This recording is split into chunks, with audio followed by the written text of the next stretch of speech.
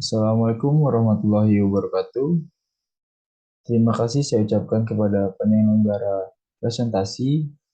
Izinkan saya untuk mempresentasikan aktivitas antioksidan dan antiasetilkolineterase metabolis sekunder dari Acacia cyanophylla sp. Oleh saya sendiri, Rahma Wanggadi Anggoro, dengan dosen pengampu Dr. Rahmat Kurniawan, SSI, MSI, dan Dr. Hawa Purnama Celala Aricana. Masuk kepada outline. Pada presentasi kali ini saya akan mempresentasikan beberapa outline. Yang pertama, latar belakang, tujuan penelitian, metodologi, hasil dan pembahasan, serta kesimpulan. Merujuk pada latar belakang, penggunaan tanaman obat pada dunia sangat banyak dan sangat diminati, bahkan membuat persediaan keterjangkauan dari tanaman obat sendiri itu dapat dibilang tidak mencukupi. Sama halnya dengan Acacia cyanophylla sp yang menurut studi literatur Huang dan teman-teman pada tahun 2010 menyatakan bahwa dari Acacia cyanophylla sp berpotensi sebagai obat tradisional atau uh, medical tradisional dari penyakit kanker dan Alzheimer.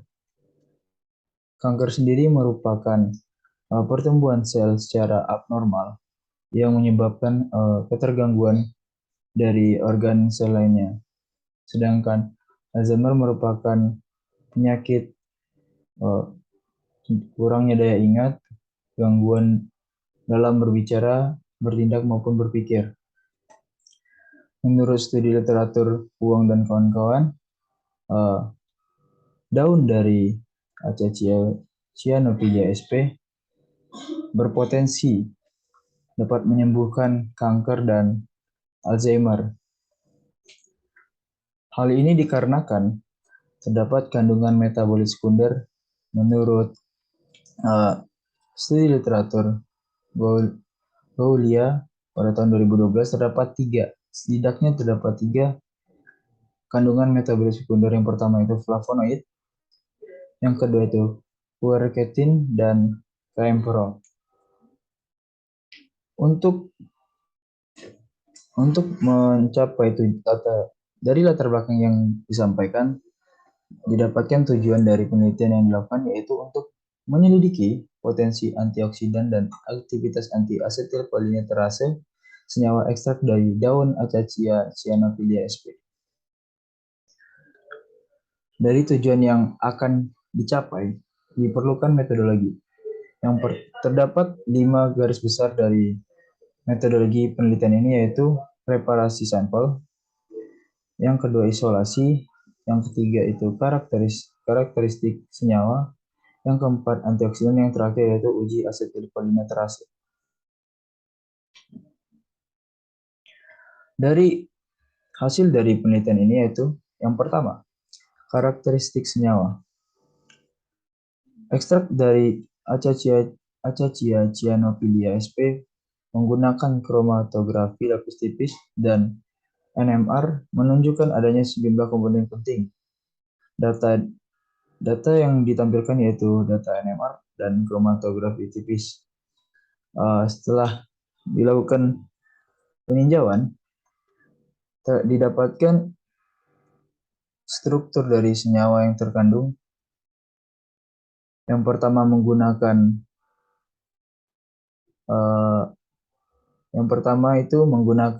pelarut diklorometana, yang kedua asetil asetat, dan yang ketiga itu butana. Dari ketiga struktur ini terdapat perbedaan. Untuk ekstrak kedua dan ketiga bisa dikatakan memiliki perbedaan yang cukup banyak dengan larut diklorometana.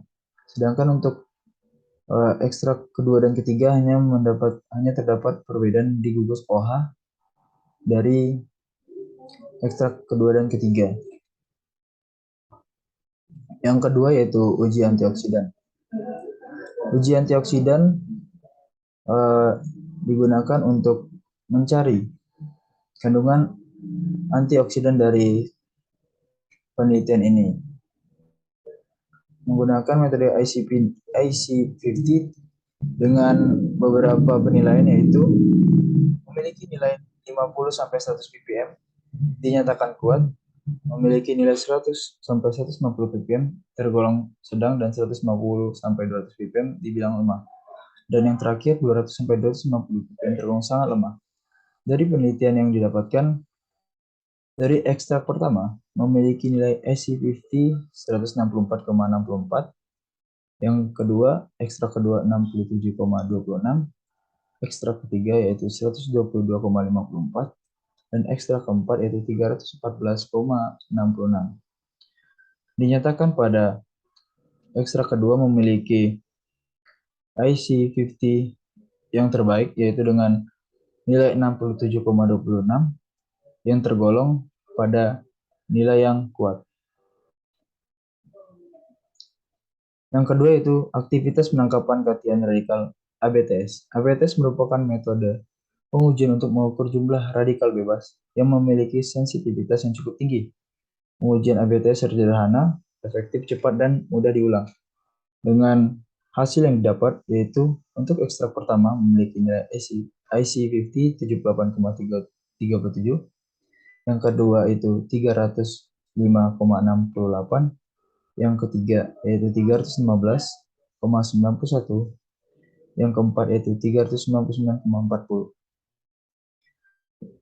Dari data yang didapatkan, memiliki ekstrak pertama memiliki kandungan tergolong kuat, sedangkan ekstrak kedua, ketiga, dan keempat tergolong sangat lemah.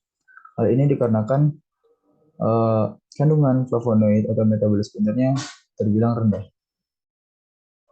Yang ketiga yaitu uji daya. Uji daya memberikan gambaran yang jelas tentang kekuatan antioksidan dari produk atau ekstrak murni. Dengan nilai terendah yaitu pada ekstrak air. Ekstrak air ini merupakan bisa dibilang kontrol dengan pelarut air. Yang tertinggi itu pada BHT atau ekstrak yang digunakan sebagai pencontohan atau yang sesuai dengan referensi yang didapatkan, yaitu flavonoid kreatin. Sedangkan pada ekstrak sampel yang diteliti terdapat nilai tertinggi pada ekstrak asetil asetat atau ekstrak kedua. Lanjut yaitu aktivitas anti-asetilkolinesterase. Aksi penghambatan asetilkolinesterase dan ekstrak organik diukur menggunakan uji pelat mikro yang dinyatakan sebagai IC50 dengan nilai sampel pertama yaitu 20,01, yang kedua 27,12, yang ketiga itu 16,03. Dari data yang didapatkan, data terbaiknya itu di ekstrak kedua, yaitu ekstrak asetil asetat dengan nilai 27,12. Nilai ini tidak mencapai pada standar IC50, namun cukup mendekati pada nilai 50. Hal ini dikarenakan kandungan anti-asetilkolinesterase ini cukup rendah pada daun Acacia cyanophylla. Dari hasil pembahasan dapat kita simpulkan pada senyawa yang diteliti yaitu ekstrak daun menggunakan pelarut diklorometana, etil asetat, dan butanol berpotensi sebagai antioksidan. Aktivitas anti-asetilkolinesterase dari senyawa ekstrak dengan pelarut etil asetat dinyatakan terbaik dengan IC50 dengan nilai 27,12. Namun, nilai ini tidak mencapai standarisasi dari IC50. Sekian dari presentasi yang bisa saya paparkan. Banyak kurangnya saya mohon maaf. Saya akhiri. Assalamualaikum warahmatullahi wabarakatuh.